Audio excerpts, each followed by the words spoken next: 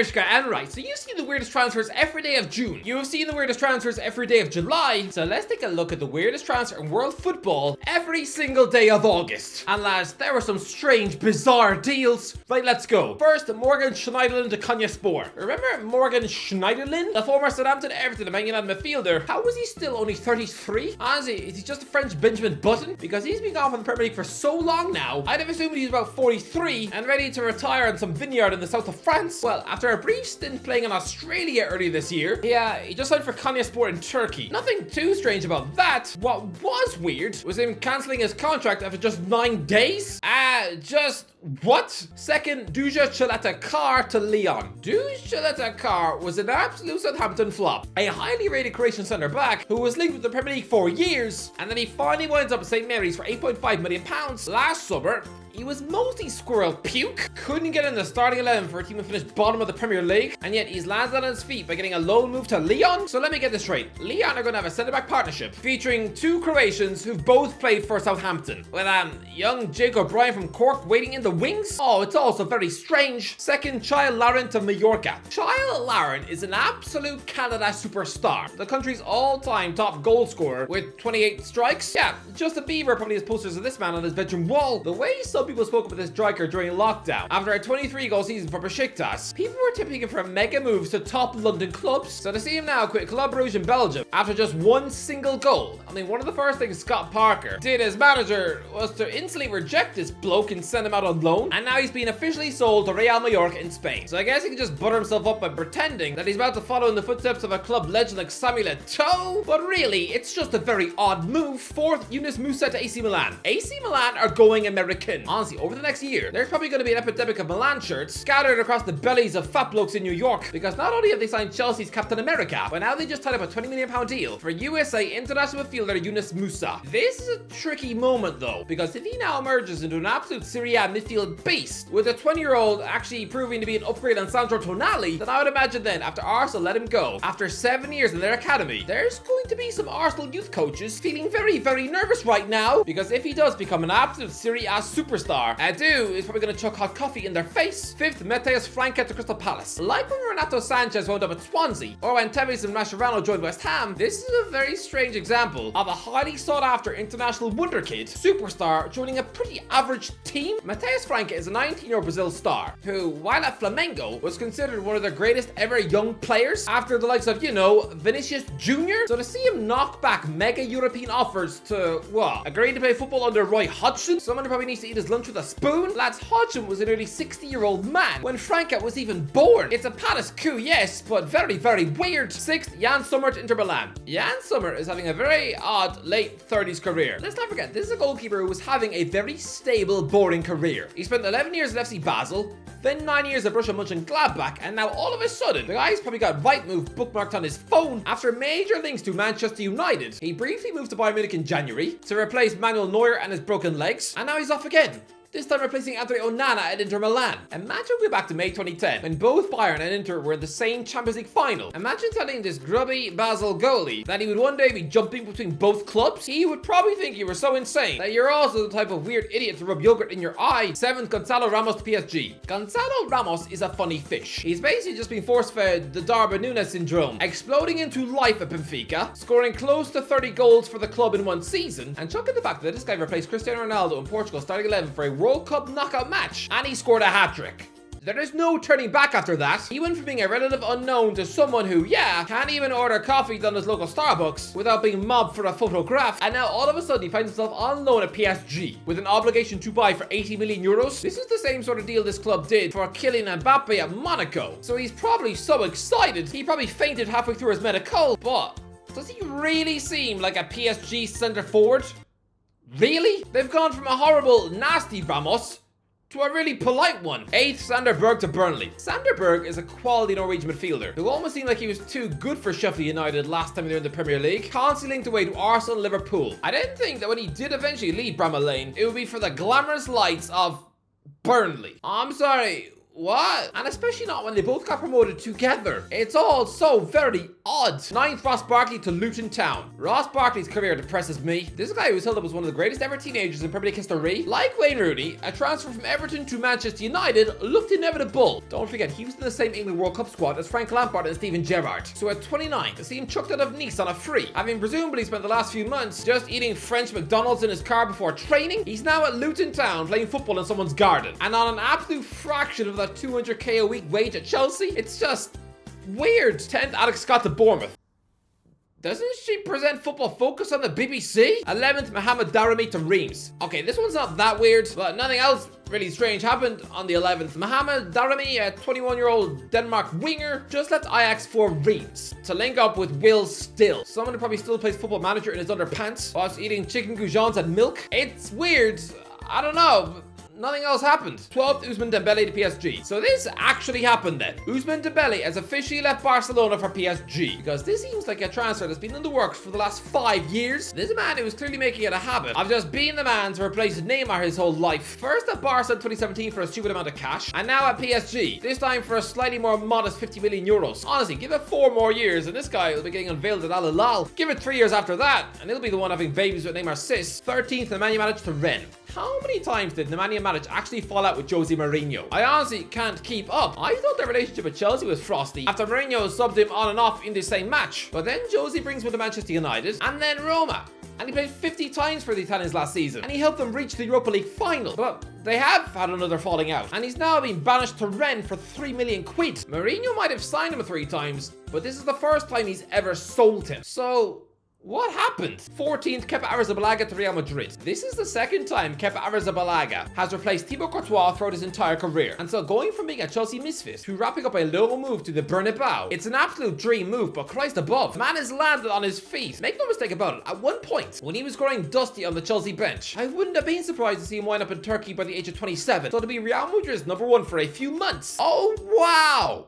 But, I mean, if he thinks he's going to be Real Madrid #1 next season, then clearly he's more deluded than KSI. I am the nightmare! 15th, Neymar to Al Hilal. Is this that weird? Al Hilal tying up an £83 million deal for Neymar and agreeing to pay him over £3 million a week? Maybe not, but imagine going back to 2017 when Neymar became the best paid player in the world at PSG. Imagine somebody telling you that that wouldn't even be the most lucrative transfer of his career. You'd assume that, okay then, Real Madrid would eventually break the bank for him. Nah, now what if I had told you that he would go on to play in the strike force with Alexander Mitrovic, who back then was a Newcastle outcast behind Joselu in the pecking order? Oh, and by the way, when Neymar and Mitrovic would eventually link up, Joselu would be at Real Madrid. I think that entire reality would be so confusing. It would make your brain burst all over your shoes. 16th, Marko Arnautovic to Inter Milan. Marko Arnautovic is having such a weird late career renaissance. When he left West Ham for Shanghai Port in China and literally admitted to just drinking 7-Up and eating chips for breakfast, essentially chucking away his ambition for an easy, comfy life, I thought he was done. Just another Oscar. Someone who would just drift away into the back of our brain, never to hear from him again. Especially when he ruined his own Euro 2020 with Austria by getting banned for insulting someone's mum. He seemed more childish than Jay Swingler, but the fact he's come back to Europe with Bologna and been so good that he nearly joined Manchester United last summer, only for dweebs on the internet to protest. Guess what, lads? He'd have been a better pick than Wout Weghorst, and now he has rejoined Inter Milan on loan. This is his second loan spell at Inter. The last was 14 years ago when he sort of won the treble. Although Jose Mourinho said that he was a fantastic person with the attitude of a child. I wonder if he had a Dele Alli type chat with him in his office. He only actually played 3 games for Inter the first time round, and I would imagine that both he and fellow problem child Mario Balotelli hanging around in the same squad. For Jose, it was probably like trying to babysit 2 demon kids from the Exorcist films. But yeah, a return to the San Siro all these years later. I suppose he's unfinished business. I mean, he'd never actually scored a goal for Inter in his entire life. But yeah, it is weird. 17th, Bono to Al Hilal. This is underwhelming. Bono is a late bloomer goalkeeper. He's a man who just had the best season of his life at 32. The Canadian-born goalkeeper kept 4 clean sheets for Morocco at the World Cup, became the first ever African goalie to reach the semi-finals, and he also helped Sevilla once again win the Europa League, where he saved 2 penalties from Roma in the final. So to see him now at the pinnacle moment of his career, just to throw away his European ambitions and go and join Al Hilal, I guess he gets to go and be best mates with Neymar and flex on the gram, but it's all a bit sad. 18th, Wataru Endo to Liverpool. Nobody saw this move coming. Not a single soul on planet Earth. Liverpool were so obsessed with Romeo Lavia all summer, then briefly chucked in a £101 million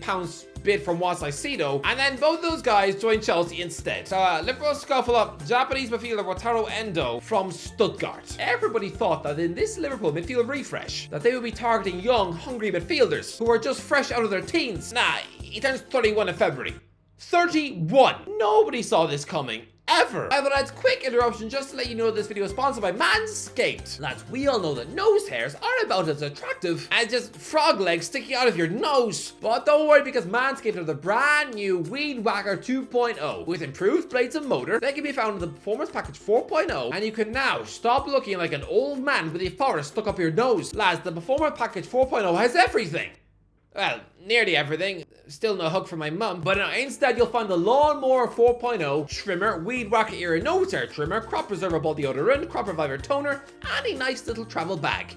In case you want to go and shave on the bus. The Lawnmower 4.0 features a cutting-edge ceramic blade to reduce grooming accidents. It has a 7,000 RPM motor, a new multifunction on and off switch, and gives you the ability to turn the 4000K LED spotlight on and off. Oh yeah, and it's waterproof too. But I mean, I don't recommend shaving your pits in a pond. You'll terrify the fish. Anyway, Manscaped are giving everyone watching this channel a huge 20% off plus free shipping when you use the code irishguy20 at checkout. So honestly, go now! Back into the video. 18th Hakim Ziyech to the Galatasaray. This has got to be such a huge letdown for Hakim Ziyech. In 2023 alone, he has been within a whisker of a transfer to first PSG and then Al Nassr. He was inches away from becoming teammates with the two best players of all time. With what? 12 Ballon d'Ors between them? Instead, both those moves collapsed, and he's just instead moved to Galatasaray at 30 on loan. So instead of becoming buddies with Messi or Ronaldo, he has to get excited about going to the cinema with Wilfred Zaha. Bit of a letdown. 20th, Orient Nyland to Sevilla. This is arguably the weirdest transfer in the list so far. Everyone will remember Orient Nyland for being an absolute flop goalie at Villa Park in the Championship. An absolutely wretched keeper with wristband of lemon pie. Then he just gets coughed out to little bang average clubs, tumbling down the tree as if it was a game of snakes and ladders. He signed for 3 Championship teams. Firstly, Norwich, but was never actually allowed to make his debut. Then he played 3 games for Bournemouth. Then scuffled in 10 matches for Reading before last season played 3 games for RB Leipzig. So how has he managed a free transfer move to Sevilla, the Europa League champions?